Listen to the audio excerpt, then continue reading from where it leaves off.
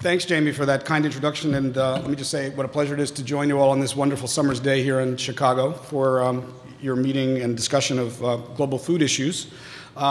This is really an issue that at Oxfam is at the heart of everything we do, at the heart of our mission. So it's a real pleasure for me to be able to share with you our work and our views on this subject.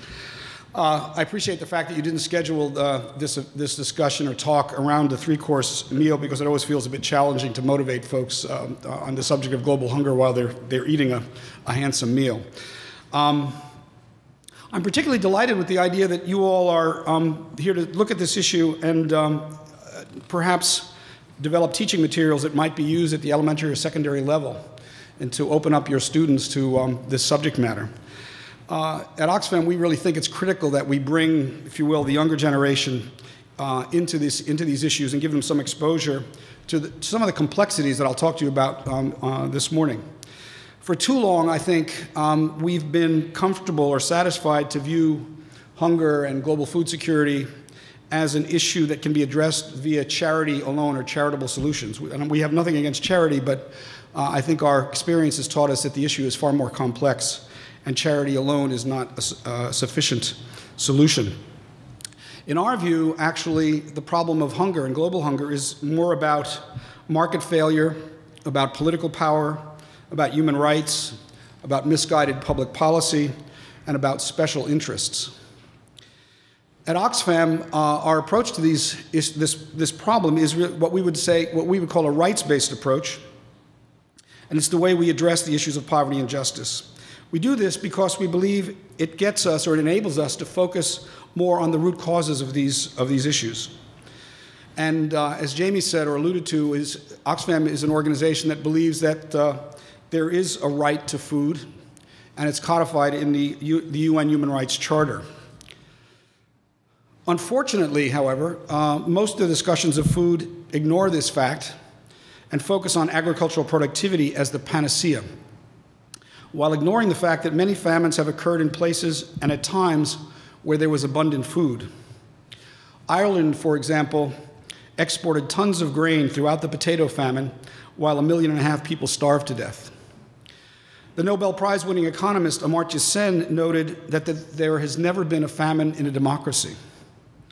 His point being that hunger and famines are not just about productivity.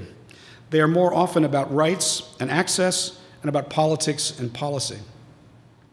So in addressing the topic today, I will talk less about seeds and tools, not that they're not important, and I can talk about seeds and tools in the question and answer period if you like, but I probably will talk more about politics and policy, because that's where I believe we need to make the real change.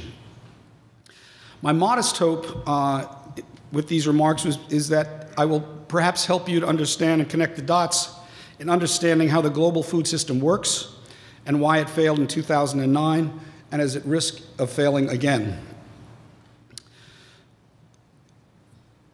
Looking at your schedule for these 2 days suggests to me that you're going to take a deep dive into many of the underlying issues driving today's global food crisis, those issues that Jamie just laid out. What I'd like to do in a very succinct fashion, in some ways, if you'll pardon the metaphor, is set the table for the discussions that you will have. So maybe quickly, what's on the menu? I'd like to provide a perspective on the drivers of the global food crisis that began in 2008. I'd like to sketch out a portrait for you of what it looks like on the ground, or what it did look like on the ground and still looks like in some places. I'd like to introduce you to Oxfam's GROW campaign, which is our effort to sort of raise awareness about these issues, and then offer some ideas of how you can help us address the root causes of this crisis. And I'm happy to sit with some of you over the lunch hour and talk a little bit more about how this you might do this in your classroom work. Last year, I chaired a plenary panel at the World Bank on the global food crisis. The first speaker in that panel was Robert Zoellick, the president of the World Bank. He started his remarks by stating bluntly to this audience of global experts that, quote, "We are one harvest away from a global catastrophe." Let me say that again. This is the president of the World Bank saying we are one harvest away from a global catastrophe. And this is 2011, not 2008. This was a rather shocking comment from a man who was supposed to stay calm and speak in measured tones without adjectives about the state of the world economy. And he was making these remarks 2 years after the 2008 global food crisis. His message to the audience was that we discovered we had a very serious problem in 2008, and we've yet to fix it in 2011. So here was a call to arms from a leader who was paid not to make such statements. The fact that he made it in a public forum should tell us something about the severity of the crisis. Bottom line, the crisis is still with us in 2012, and its root causes have yet to be entirely addressed. And that's, I think, the most important thing you need to remember, the fragility of the global food system in 2012. Before jumping into what we might do about global hunger, I think it's worth reflecting a moment on how we got into this mess. And I'd like to just ask if you could indulge me for a few moments while I offer you a little bit of history to kind of provide some situational background or context for you. Through the 1950s, 60s, and 70s, there were massive surpluses of grain on the international market. Here in the US, we had mountains of grain stored all over the Midwest that we as Americans could not consume here at home. The growth of these surpluses led to a push to export them. With the arrival of the Reagan administration and its strong free trade ideology, the message was sent to developing countries, hey guys, don't worry about growing food at home because there'll always be abundant, cheap food on the international market. Don't worry, there'll always be cheap food on the international market. So little by little, these countries bought into the idea of a free trade solution to national food supply, and they stopped investing in their agricultural sectors at home. Meanwhile, major donor nations stopped funding aid for agriculture in these countries. World Bank lending, for example, for agriculture in the 1970s, during the peak of the Green Revolution, was 40% of its lending portfolio. By 2008, when the crisis hit, it had plummeted to 4%, from 40% to 4%. And it was the same story for USAID and many of the other major donors who historically had supported agriculture in developing countries. The consequence of this move away from support to agriculture was the development of a very elaborate global food system that relied on moving very large surplus production of grains from a small number of major producer-exporter countries like the United States, Russia, Australia, etc., to a wide diversity of consumer nations, many of them poor nations. The big producers fed the system. Global corporations like Cargill and ADM moved the grain around the world and stored it in strategic locations. Global grain markets set prices. A new global system replaced domestic production and consumption. Chicago is, of course, as you probably all know, one of the epicenters of this globalized commodity trading system. In poor countries, many governments bought into this radical liberalization agenda and started privatizing all aspects of their agricultural sector. They closed state-supported lending programs for their small farmers. They dismantled their state-supported agricultural extension and research systems. And they cut funding to their agricultural universities and training centers. And subsidized exports poured in, and small farmers threw in the towel and migrated to the cities. And over time, governments of large and small countries became increasingly dependent on the cheap food promised through the global food system. A good example of all this is Haiti, which we all became very familiar with in the aftermath of the earthquake, which in 1970, Port-au-Prince was a city with 750,000 people. At the time the earthquake occurred, it was 3.5 million, largely because all those small farmers that were growing rice when Haiti was self-sufficient in rice moved to the capital, and the country was flooded with American rice, subsidized American rice from Arkansas. And hence you had sort of this very densely populated city of Port-au-Prince, which couldn't really adequately house that population, and hence the dramatic scenes you saw in the earthquake scenario. Then 2008 happened. I like to call this the well, duh moment for economics in the international community. When the crisis first became apparent, I asked myself a very simple question, which was, how is it possible that with a world full of PhD economists and thoughtful environmentalists, major international institutions like the World Bank and the World Food Program, and the UN Food and Agricultural Organization that's charged with gathering data on global food supply and global commodity markets, and over 50 bilateral aid agencies, the world could not foresee the possibility of a global food crisis. It's pretty amazing when you think about it. The sudden collapse of global food markets are even more amazing when you realize that much of the data that you would need to figure this out was staring us in the face for over a decade. And let me give you sort of some examples of what I mean by that. We knew about a 10-year drought in the Australia wheat regions that had been gradually driving up global wheat prices. We all knew about the rapidly increasing price of fossil fuels. We knew about the new biofuels mandates and their impact on food prices. We knew about the changing consumption and purchasing patterns in China and India. We knew about the diminished global stocks and surpluses. Yet somehow, we didn't connect the dots. We did not see the obvious market linkages between these facts and their obvious impacts on commodity pricing.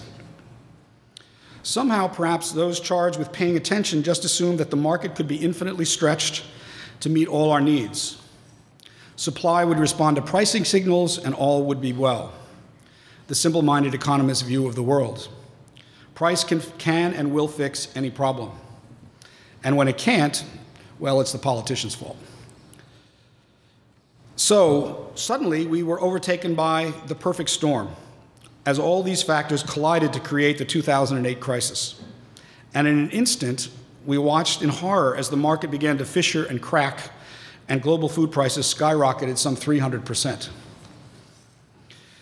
Any political leader will tell you that food is a national security issue. It's one of the most important things they have to worry about, particularly in the capital city. If children are hungry, people are capable of doing absolutely anything. And they did. There were riots in 38 countries in 2008 during the food price crisis. Given our obsession with national security in the aftermath of 2011, it's amazing that we could entirely miss the potential destabilizing effect of a food crisis of this magnitude. A closer look, for example, at the crisis in Tunisia points to the fact that the price of food was one of the precipitating factors. And this is not a problem that is going to be fixed overnight, and it's not a problem that's going to be fixed by sending in a lot of soldiers in armored troop carriers. And it is a challenge that could produce profound consequences for hundreds of millions of families, shape the future of nations, and be a source of serious conflict in some of the most poor and unstable areas of the world. So what was the effect on real people of this systemic crisis? This graph shows the dramatic nature of the swings in prices. The rapid increase in food prices in 2008 sent shockwaves through national economies and poor households around the world. This is what price volatility looks like. Note the peaks and the valleys. You want that line to be somewhat flat and straight. You don't want it to look like that. Nearly every agricultural commodity was part of the rising price trend. Wheat and corn prices doubled. Rice prices tripled in 2008. Dairy products, meat, poultry, palm oil, and cassava also experienced price hikes. The price increases for wheat, rice, and maize since 2006 cost developing countries $324 billion in 2007 alone, 3 times what was provided to them in development assistance that year. And what did it mean on the ground for people sort of living with this price crisis? To put it in some perspective, we need to remember that 40% of the world's 6 billion population lives on less than $2 a day. The majority of that 2 billion population spend on average over half of their income on food. When you realize how stretched these poor families are, you can begin to appreciate how such dramatic price spikes could force prices to levels out of reach for many of these families. An important thing to remember, however, is that the problem was and is not about necessarily a lack of food in the global marketplace. It is really about the fact that poor families and nations can no longer afford to buy the food that is available. In other words, it wasn't a global food crisis in terms of availability, it was a global food price crisis. Important to make that distinction. The families that I'm talking about have limited disposable income and no savings. They're, for the most part, living on the edge. While a price spike for us may mean perhaps a marginal increase in the percent of our income that we spend on food from 10 to 12%, we don't really feel it. For them, it may mean an increase of from 50 to 75%. And it could mean making some serious choices. It could mean choosing between eating or buying medicine for a sick child, or eating or losing one's home, or eating and sending a child to school.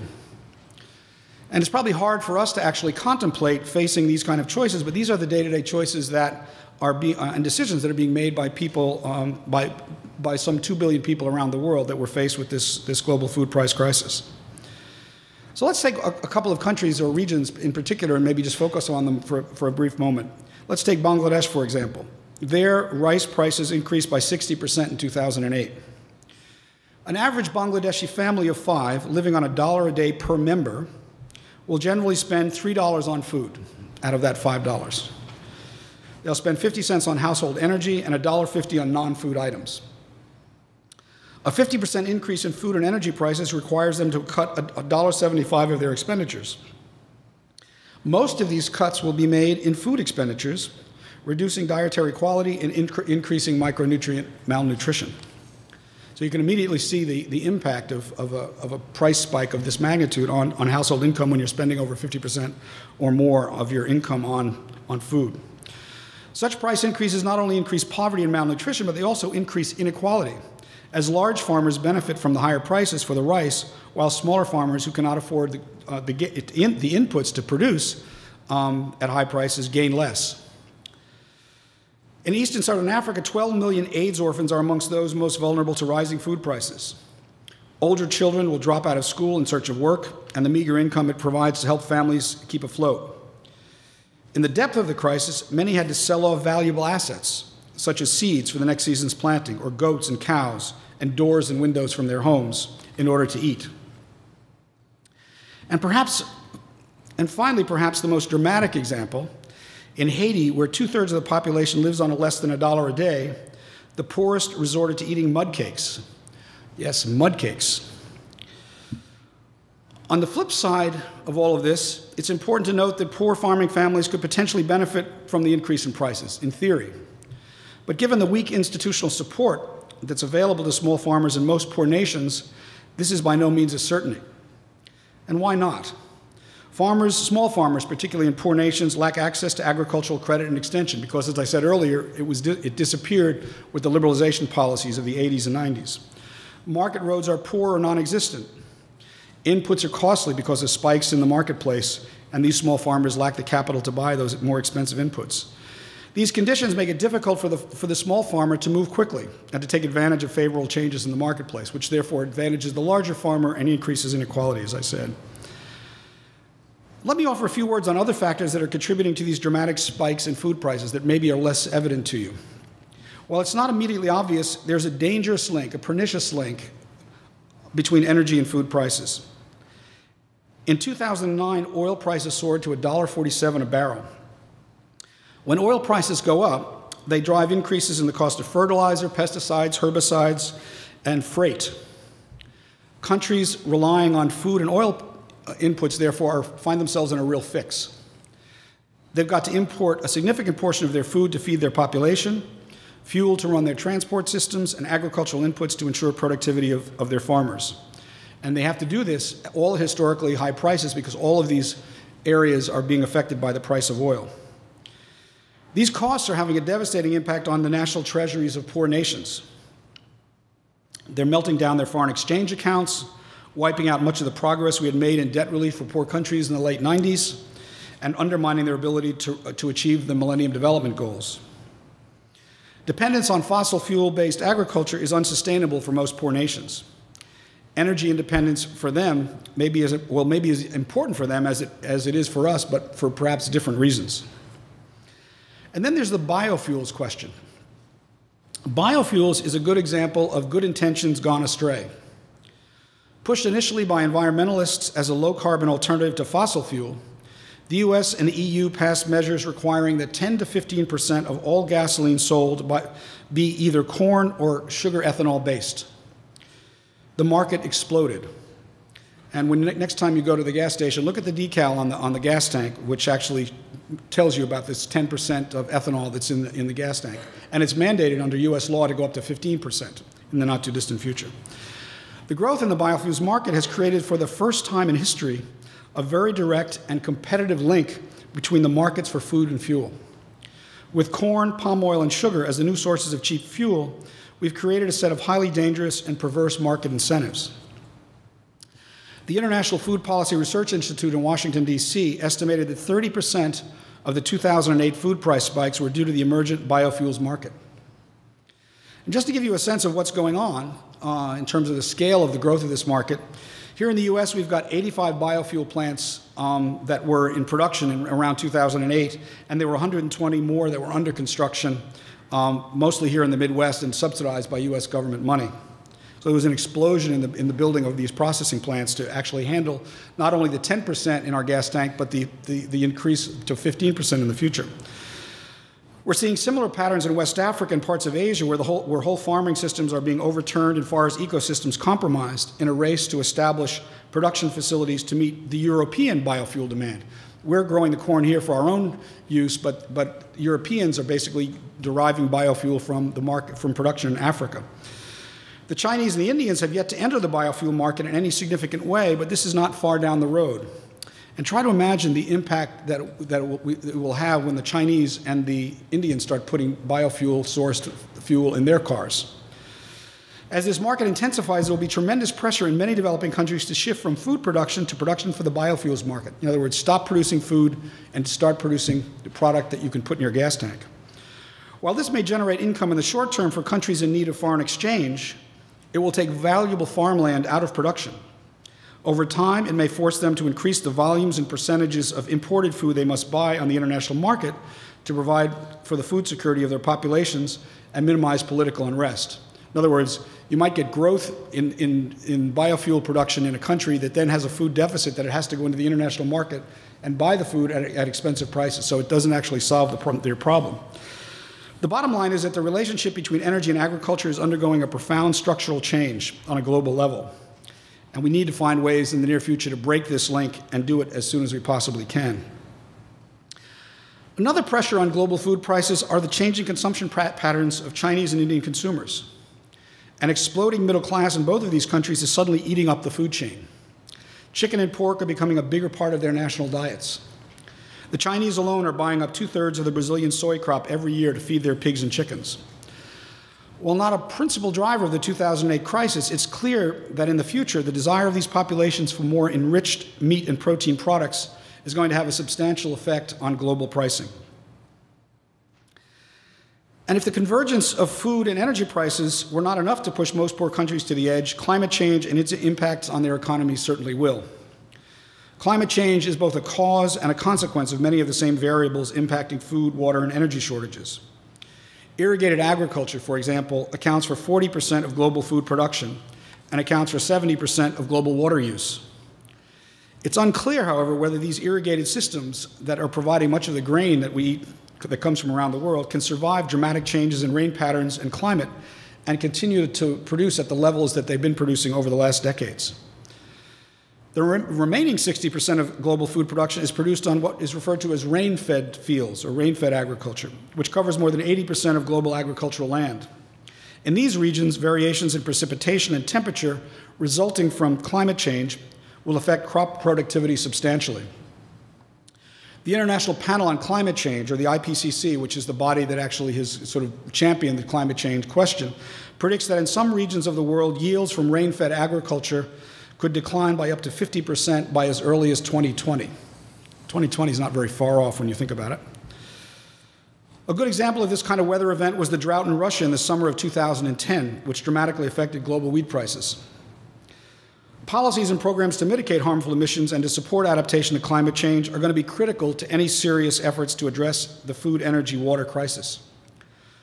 Without immediate steps and major funding to address this challenge, the anticipated hotter and drier conditions in the arid and semi-arid tropical zones will lead to epic humanitarian crises far more severe than what we've been accustomed to. And over the last year, you've seen this big crisis in the Horn of Africa that's been drought-related. We've sort of staunched it now for a bit, but there's a fear that it's going to come roaring back in the next year. There's another emerging food crisis across the Sahelian part of Africa from Senegal through Mali and into Chad that we're watching very closely now, and it could affect some 18 million people. So these are examples of where these drought conditions are actually having direct effect on populations as we speak. So let's fast forward to 2012 and ask ourselves what did or did not happen over the last 4 years since this 2008 crisis. What's the good news and where have we made progress and where not? There have been lots of summits, as there always are, to discuss the problem. After a terrible drought and fires in Russia, which I mentioned, that drove wheat prices up, prices have in fact come down slightly. They are, however, nowhere near where they were before 2008. Global stocks have not been replenished to the needed levels, and some actually estimate that they won't be replenished for another 10 years to the levels that are really needed. Governments have emphasized, it's good news that many governments have picked up on this, and they've emphasized the need to reinvest in agriculture, in the agricultural sector. Specialized funds have been created at the World Bank, and contributions have been made by governments to those funds. But the disbursements to that fund are actually far short of the initial commitments made in 2008. Unfortunately, those funds are now running out, and despite a promise of replenishment by the Obama administration at the recent G8 meeting in Washington about 2 or 3 weeks ago, there was little in the way of reciprocal support that was offered by other G8 nations, with the exception of the UK. So only the US and the UK stepped up and added money to those important funds. Climate negotiations have stalled out and almost died. The Rio +20 meeting that's been going on all this week in Brazil is likely to prove inconsequential. All reports coming out of Rio would suggest that. So little hope that it's going to advance the broad climate change agenda. Erratic weather patterns are being observed all over the world. Energy prices continue to fluctuate. The good news is they're heading down now, but I wouldn't trade in your Prius for an SUV just yet. The experts are predicting that prices again will gradually rise to above $100 a barrel, and the midterm predictions are they're going to stay over $100 a barrel into the coming decade. So the bottom line here again is the root causes of the crisis have not been addressed. Hence, we are likely to see continued volatility in food pricing, and we're likely to see it for the foreseeable future unless serious steps are in fact taken. And to add to an already complex picture, there are two new factors that have emerged since 2008 that are adding further volatility to food markets. And I think some of them, these two, I think you're going to talk about later in the day, so this will come as no surprise to you. The first one is land speculation, or what some call land grabs. After the crisis in 2008, governments that had food deficits, in some sense, in their national economies and were unable to meet the nutritional needs of their citizens from domestic production began looking beyond their own borders to figure out ways to solve this problem. And they were looking for ways to buy or lease land in order to produce food for their populations. Some 1,800 such transactions have taken place over the last 5 to 7 years or so, representing some 215 million hectares of land that has been leased to investors representing private firms, governments, sovereign wealth funds, and pension funds. Saudi Arabia leases land in Ethiopia, Korea leases land in Mozambique, Taiwan and Madagascar, et cetera, et cetera, et cetera.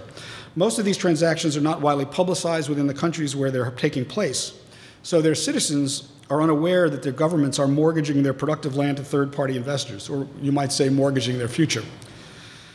The lands that are being leased are fertile lands with water supply. They're not marginal lands. In some cases, families with titles are being driven off the land. But the good news is the issue's finally surfaced. The World Bank did a study on the subject. Oxfam, along with others, is highlighting it in the hope of slowing down the process, making it more transparent. And other NGOs are questioning government practices as well. So it's out in the open, it's being discussed. The second new factor is commodity price speculation. With financial markets being in the tank and equities an uncertain investment vehicle for the high-risk investor, we now see hedge fund and derivative investors betting on commodity price fluctuations. Their presence in the market has added dangerous additional volatility to an already volatile market. The problem with this kind of speculation is that it's off-market trading, conducted in the shadows and not in the formal, transparent, regulated markets. Hence, there's no data on the amount of money flowing into this market and flowing out, and it's hard to establish a direct link between the invisible investing behavior of the speculators. When queried on the impact of this trading on market prices, Robert Zoellick, again the president of the World Bank, commented that while we cannot establish a direct causal link, we can assume at a minimum that there is a significant, in his words, boost effect on prices. The challenge for activists is to force this kind of commodity trading out of the shadows and regulate its more pernicious effects. So no matter how we view the present situation, there are hundreds of millions of people whose lives are directly affected by this systemic market volatility. Top of mind should be the reality that whatever food system we put in place to replace today's broken system must provide adequate food for all of 9 billion by 2050. In other words, this in some ways maybe is the number you should remember. We're going to be a world population of 9 billion by 2050. And the question is, we've got a broken food system now with depleted stocks. So how do we get from a crisis situation now in a fragile global food system to 2050 and feeding 9 billion people? What's the path to get there? That's really, I think, the big question. If you take anything away from this conversation and you say anything to your students, it's put that 9 billion number on the board and say, how are we going to get from here to there and feed 9 billion people? So how are we going to wrap our minds around this problem? What can we realistically do? Well, first, I think we need to take on board the fact that we're dealing with a deep structural systemic crisis. Our current global food system is broken, and if we're to deliver on, as we would say, the right to food for all people, we need to fix the system and tackle its core structural flaws. This is urgent and requires action by all of us now. What is not at stake is not only the food security of billions, but the very sustainability of the planet. Most analysts are predicting a continuation of high food prices for some time to come. Intelligence analysts and corporate strategists have already identified it as a major threat to national security and business growth. So we might think, for the next decade, we might actually have to take on board the idea that volatility may be the new normal. But this is a trend we've got to tackle head on. We've got to be aware of it and take it on.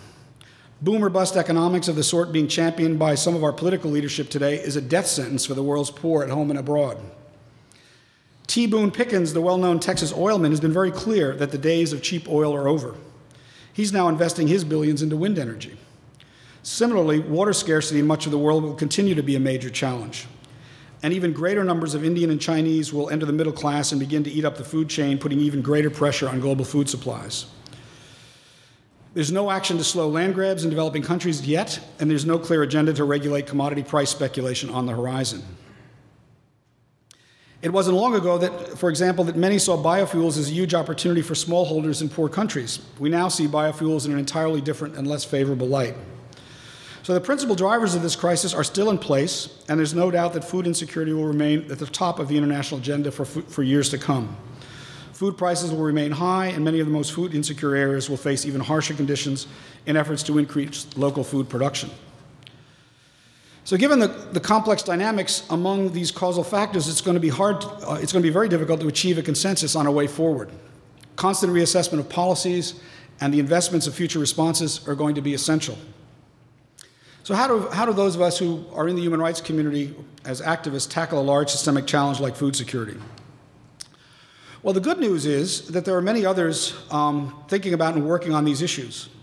And they're not just taking traditional approaches of trying to figure out how to feed people through some charitable approach, but are rather digging into some discussion and study of these root causes. They are becoming a global movement, if you will, to which each of us in our own particular way can add our voices. And here I'd like to just introduce you to Oxfam's GROW campaign. And again, I'm happy to talk about this a bit more over lunch. GROW is Oxfam's new campaign to join this global movement, this emerging global movement, and add our voice to the fight for better ways to grow, share, and live together. It's Oxfam's biggest campaign ever. We began this year with campaign activities in some 32 countries. Our intent is to fight for solutions for a more hopeful future in which everyone has enough to eat always. The world is at a crucial turning point. To meet humankind's future food needs and take the pressure off non-renewable planetary resources, we need to grow more, grow it fairly, and grow it sustainably. We need to choose effective solutions over failed ideas, and we need to be united boldly behind a coherent long-term vision founded on sustainability, equity, and transparency. There's a powerful few, including some politicians and businesses that benefit from the status quo, argue tenaciously that the answer is more of the same. They offer the same old ideas and the same failed programs. They offer productivity and technology as the magic bullet. They champion more and more investment in an industrial agriculture controlled by a few big companies that is highly dependent on fossil fuel and abundant supplies of water. Obviously, fuel is getting more expensive and the water is getting scarcer, so there's a crisis brewing right there. They aggressively defend more giveaways of tax money to the biofuels industry, hooked on handouts that encourage us to divert food from mouths to cars. They lobby shamelessly for shipping companies that ensure 50 cents of every dollar in emergency food aid never gets to people who need it. They pander to enormous agribusiness companies hidden from public view that govern our food supply, ruling markets, setting prices, who are accountable to no one. But we know from years of experience, these approaches are not addressing root causes. Instead, we need to begin to find sustainable solutions that are actually fit for the future, fit for this 20th century world. Solutions like the Sustainable Rice System, or SRI, which is spreading through Asia and Africa, helping small farmers to produce more with less. SRI has been shown to double farmer incomes and boost yields by 50%, while using 25 to 50% less water and lower production costs by 25%. Or solutions like the Zero Hunger campaign in Brazil that cut hunger by a third. Solutions found in countries like Vietnam, which achieved the first millennium goal to have hunger 5 years ahead of schedule. Brazil and Vietnam are proof positive that local solutions mixed with political leadership and public momentum can in fact turn these immense threats to our future into a foundation for hope and prosperity. To build this age of prosperity, we must attack our problems at the core, because food justice, if fundamentally a political and rights issue, requires political solutions. It is about the right to food for all people, no matter what their economic status. To legitimize this right to food on a global level, we must target governments, well-known and powerful companies, and global forums like the G20 Summit. We must name and shame those who are failing, support those who are building a new vision, and create more space for strong leaders to be bold. Here in the US, this campaign begins with a 5-point plan for the future. These 5 immediate actions by President Obama, the Congress, and the private sector begin to address the emergencies that are on our doorstep. They treat the crisis like the emergency that, in fact, it is. And honestly, taken alone, they're not going to address every dimension of the problem, but they're an important start down the road toward addressing root causes. We start with the premise that it's important to invest in small farmers. Approximately 80% of the world's hungry people live in rural areas, where most depend on food production for their livelihoods. Yet they lack the resources to grow or buy enough to feed their families, and face increasing risks from extreme weather, droughts, and floods. Investing in small-scale food producers is the best way to achieve global food security and reduce poverty through economic growth. Efforts to rebuild food security need to begin with major new investments in agricultural production and increased attention to developing a policy framework which ensures that farmers have access to markets, as well as access to improved technologies and fair deals in the commodities they export. The sharp increase in fertilizer prices, combined with rising costs of fuel for irrigation and transportation, have raised the cost of food and grain production. As a result, many small farmers are being forced to reduce their use of inputs and/or their plantings. To move forward with these kinds of proposals will require moving beyond simple, short-term technical and market fixes that the World Bank and AID, USAID, and others have long supported. These institutions will perforce play a critical role in responses to the crisis. It is essential, however, that they undertake in-depth reviews of their policy failures from the past and how they've contributed to today's crisis, and develop new approaches that take a more realistic and less ideologically driven approach to advancing agricultural productivity. In the development of new programs and policies, much greater attention will need to be given to the political economy of food and agriculture, which has led to the gross distortions in terms of trade, massive underinvestment in farmer-centered research, extension, and education, and biased policy processes that have failed to meet the needs of the majority of poor people, both producers and consumers in developing countries.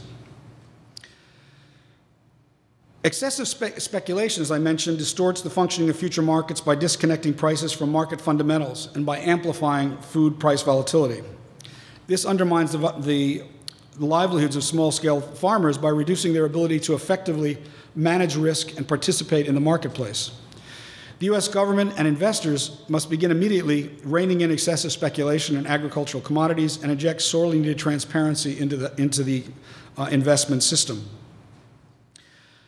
Helping nations during the food crisis is an essential part of U.S. foreign policy. During these major famines, the United States is a major contributor, and our contributions reduce instability around the world and protect the most vulnerable communities from catastrophe. And I think probably it's important for all of you to know that the United States is, in fact, the largest food aid contributor in the world. But at the same time, I think it's also fair to say, and I think you may have already heard a bit of this, that the current U.S. food system is broken and in need of some repair.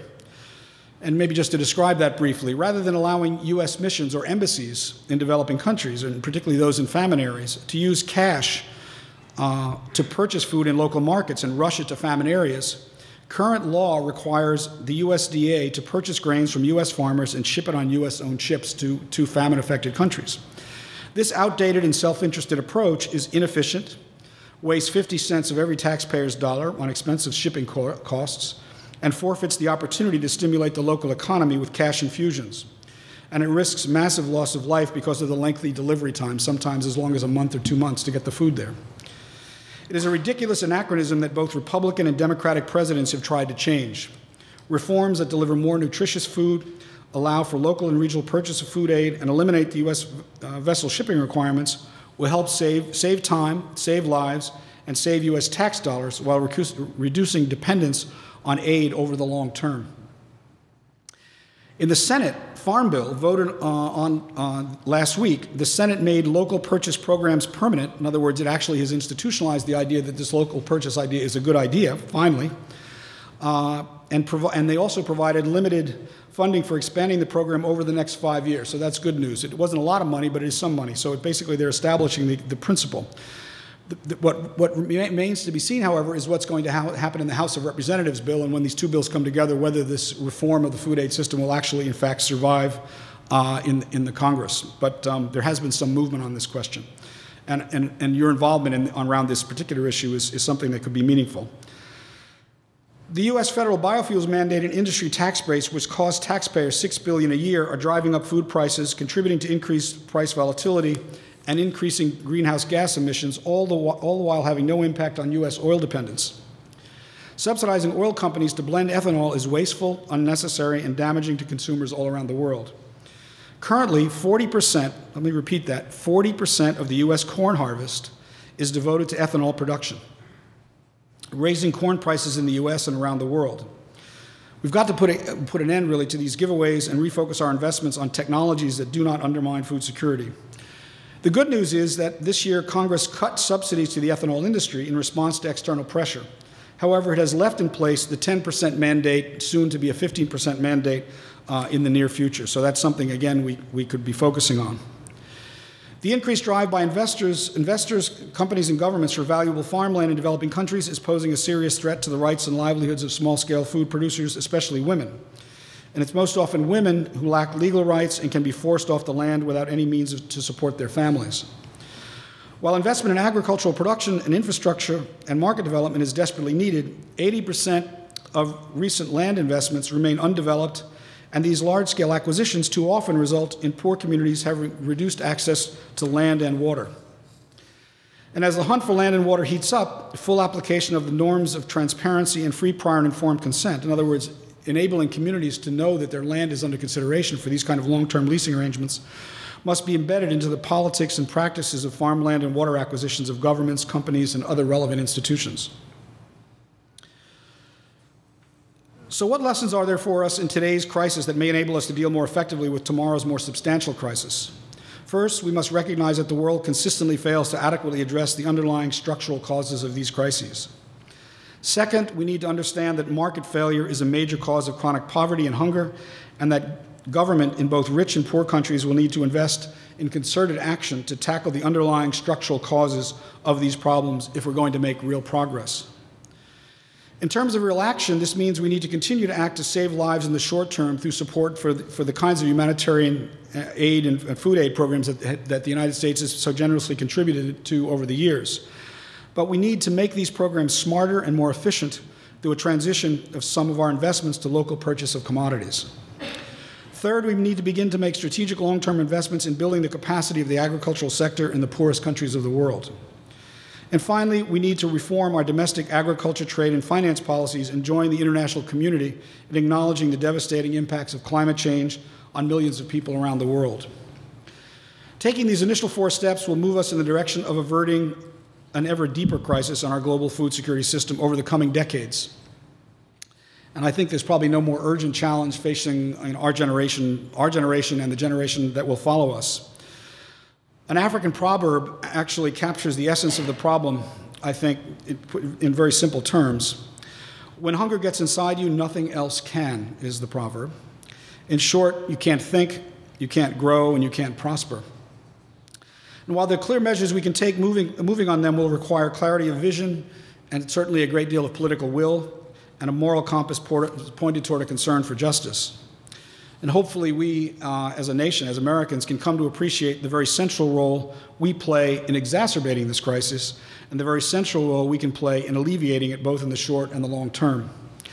And hopefully we can find a way to shape the will of our leaders to see that it is both in the interest of the United States as well as in the interest and well-being of the international community for the United States to take some tough policy decisions and make some sacrifices as a nation to address the daunting challenges of the global food crisis before it overtakes us again unawares and unprepared.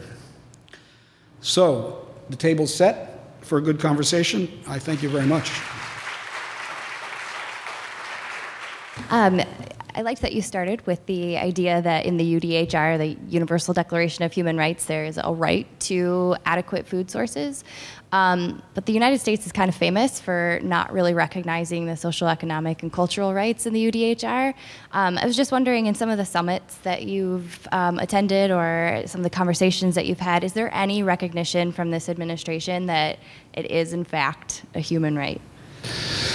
Yeah, this is actually an important question, and I'm actually going to back up a little bit and again offer a little bit of history. When the Human Rights Charter was put together in 1948, it had a number of different components that address civil and political rights as well as social, economic, and cultural rights. And interestingly, the elements of the UN Charter, if you go and read it, and I really encourage you to read it if you haven't, it's interesting.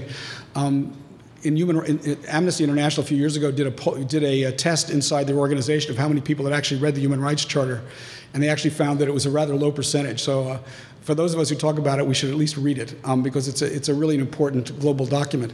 But and afterwards, everyone read that. After that poll, everyone read the Charter.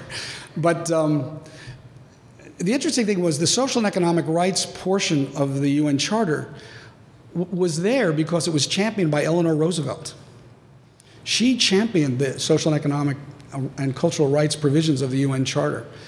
And paradoxically, in the Cold War era of the 1950s and 60s, the United States adopted a political perspective, which was human rights is defined as political and civil rights, and social, economic, and cultural rights are what those other people do that live in Russia and China. You know, they worry about social, economic, and cultural rights, but they don't worry about political and civil rights. We worry about political and civil rights, but we don't believe in social, economic, and cultural rights. So we ended up creating this cleavage between these rights domains. And what's happened, I think, over the last 2 decades is with the fall of the Berlin Wall, there's been a revisiting of the Charter and a re-energizing of the discussion about, well, wait a minute, the original Charter actually involves all of these rights. They should all be taken together, and they're mutually reinforcing. And I think that's been a very healthy discussion within the human rights community. And in fact, you now have this notion of the right to food as something that's been incorporated, for example, in India. I think you're going to talk a little bit about this later. India has actually adopted the notion that the right to food is a right. How the state actually assists its citizens in realizing that right is another question, but it gives citizens an opportunity to challenge their government to make good on that as part of the social contract. And the rights, and having the rights identified as such, enables a civil conversation to go on about the ability of a government, or the ability of citizens to appeal to their government or redress their government on the basis of that question. So if you go to India, you'll find that there actually are, feeding programs for. I was in a community of untouchables in Bihar several months ago, probably in March. And we sat under a tree and talked for quite some time about the government's food aid program to this very poor untouchable community under this framework of the right to food in that country. And in European countries, you'll also find it's begun to be embedded into national legislation. Here in the U.S., in Oxfam, we define ourselves as a rights-based organization, and we have challenged different administrations on this question of where are we in respect for social and economic rights. During the last administration, I ended up having a debate with the head of AID in a session on these issues, in which basically he point blank said that there was no such thing as social and economic and cultural rights, and that we don't recognize that as an administration, nor do we think that they're realistic in principle to execute. In some ways, it's kind of a way of, another way of putting that is, to actually acknowledge that is to actually, give ground to the notion of entitlement programs, what would be called entitlement programs in our kind of the U.S. kind of narrative. I think this administration currently, I think, understands the social, economic, and cultural rights agenda, and I think one of the ways you see it represented in the narrative that comes out of the administration is in the way that Hillary Clinton speaks about the global food issue, about women's rights. In other words, she doesn't come right out and say we're championing the social, economic, and cultural rights agenda, but she does it by the kinds of issues that she's championing as a Secretary of State. And we haven't had a Secretary of State, I think, before Hillary Clinton that has taken on this, the development agenda and these rights issues as directly and forthrightly as she has. But I think what she's tried to do is kind of walk this fine line, within our political culture of not kind of going too far in the public recognition of it. So there's a subtle push in that direction, but there's also a recognition that there are elements within our society that would push back hard and try to hold to the political and civil rights definition of human rights and keep the social and economic and cultural rights issues off the books. That's a long answer to what was a good question. Sorry about that. Anybody else?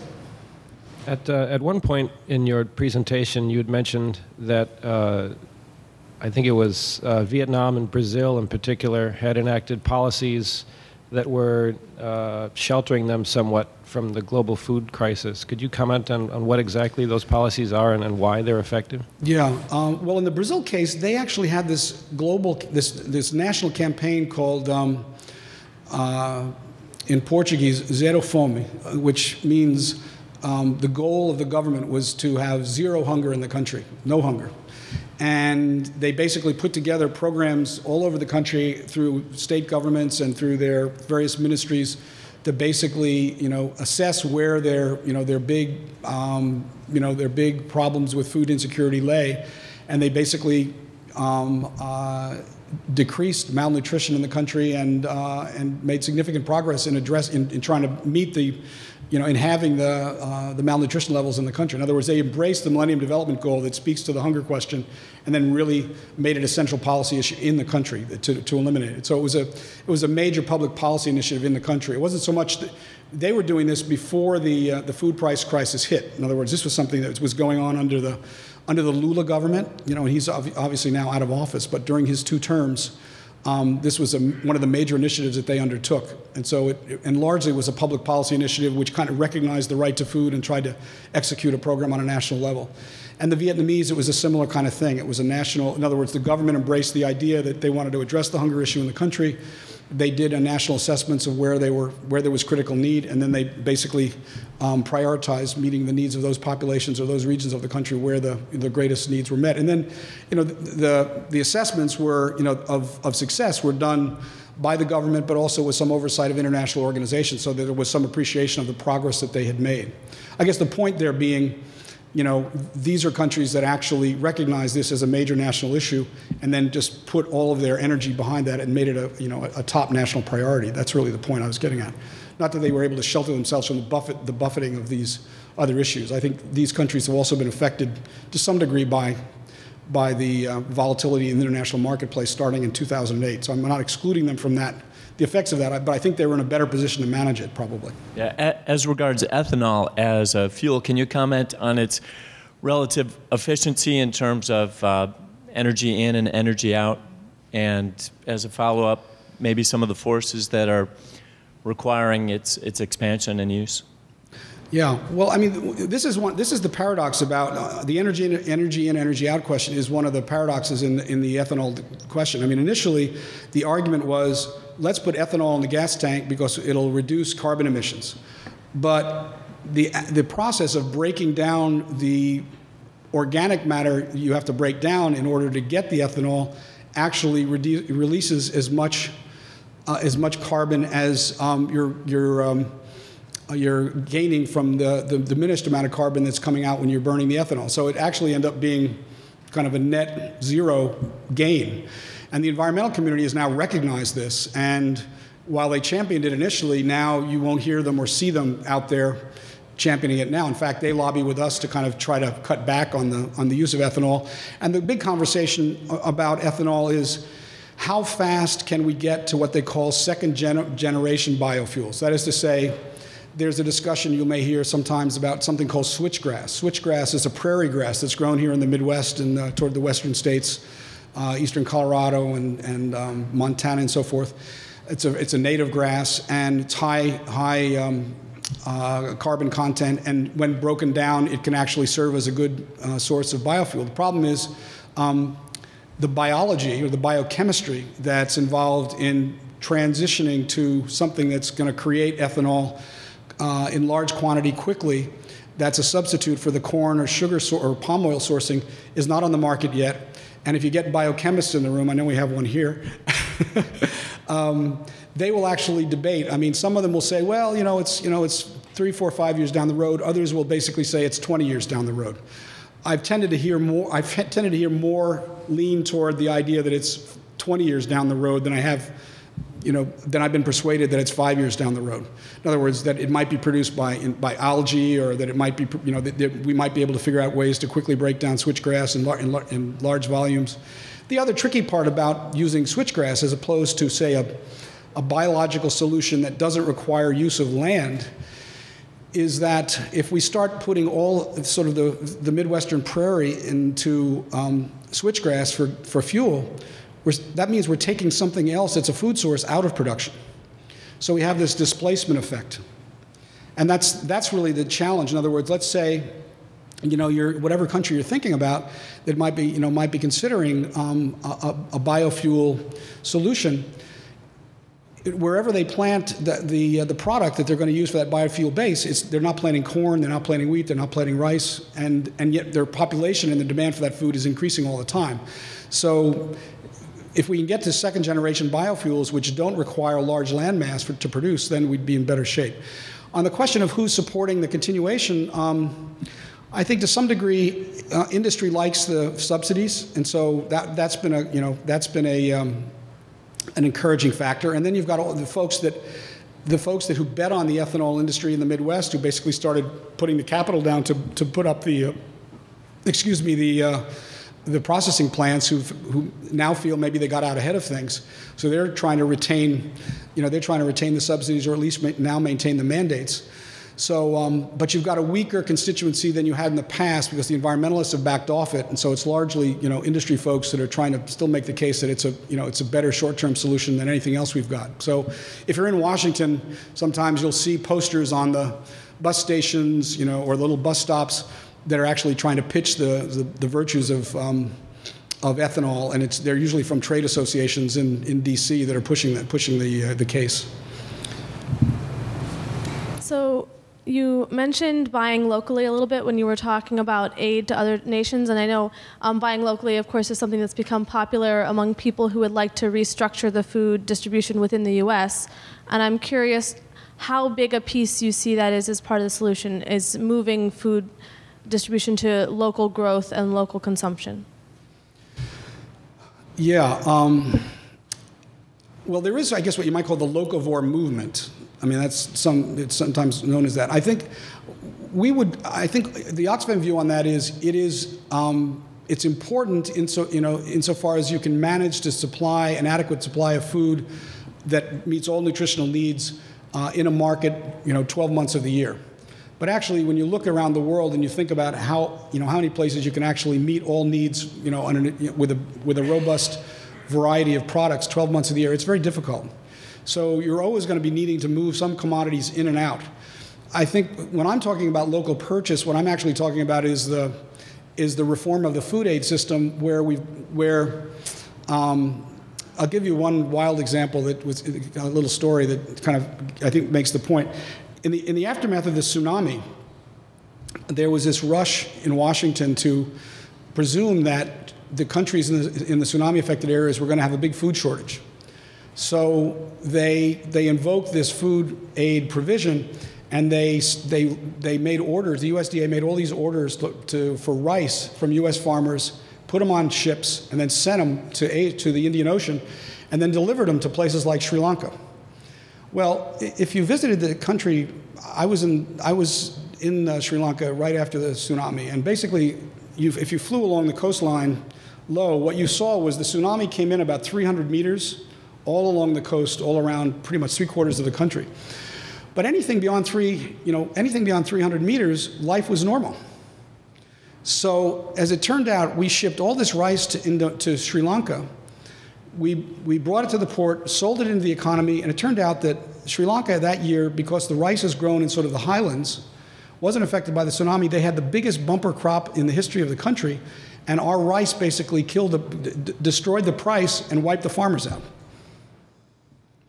I mean, this is, but our farmers in Arkansas made a killing on it because basically they got, their rice was purchased at whatever world market price was at that time, which was subsidized.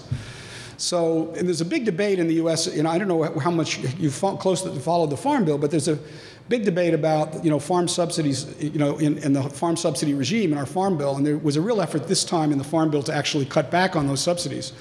And it's, to some degree, what they call the white crops, the sugar and rice and cotton are to some degree big beneficiaries of these subsidies. There was some effort to try to cut these back at this particular point in time, but this bill created other mechanisms, insurance mechanisms, that actually sustain versions of them in another fashion. It might be interesting for you to know that these subsidy regimes in the U.S. are basically viewed by the rest of the world as illegal under World Trade Organization free trade rules.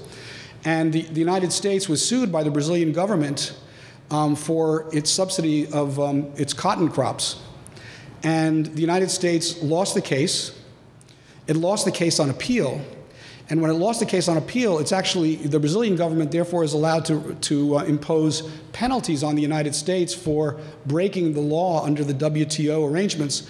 And the United States, rather than recognizing that they're in violation of the free trade agreements in the WTO, decided to pay the penalties to the Brazilian government. So every year we pay $146 million a year in penalties to the Brazilian government for having lost that case in order to sustain the subsidy regimes for the cotton farmers in the American South. So that's your tax money being just pounded down a rat hole in support of actually very big, very wealthy, subsidized cotton in the South that actually on the international market is not competitive. So anyway, just so you understand some of what's going on in that. So in the reform of the bill, what we're really talking about in terms of local purchase is the value of, say, in that Sri Lankan case, we could have bought Sri Lankan rice from the farmers that were literally a mile up the road and fed anybody that needed it in those lowland areas, and done it at a fraction of the cost and with almost no transport costs. But instead, we put it on ships in the Great Lakes, all the way up, across the ocean, down around South Africa, into the Indian Ocean, delivered it to Colombo, put it on trucks, shipped it out to these people. They didn't need it, collapsed the price, the farmers were killed. And so that's the logic of the program we have in place. That's why we say it's broken. And now there are cases where in some of these big emergencies you may need that food. So what we're really arguing for is not that it be done away with, but that the embassies in country be given the flexibility to use some portion of the money. So let's just say in the money that we have now that goes for that food aid program, well, let me just put it this way. President Bush, who we worked with, recommended that 25% of the money for food aid go for local purchase, 25%. And the rest, the other 75%, be kept for those emergencies where local purchase wasn't possible. And there are situations like that. And so we said, that's a good idea, let's support that. We couldn't get anything close to that. We basically, all we got in the last Farm Bill under President Bush, even with all his pressure and the pressure of the USDA secretary at that time, was basically a small fraction of that. So we're doing a little bit better now, however, in this bill.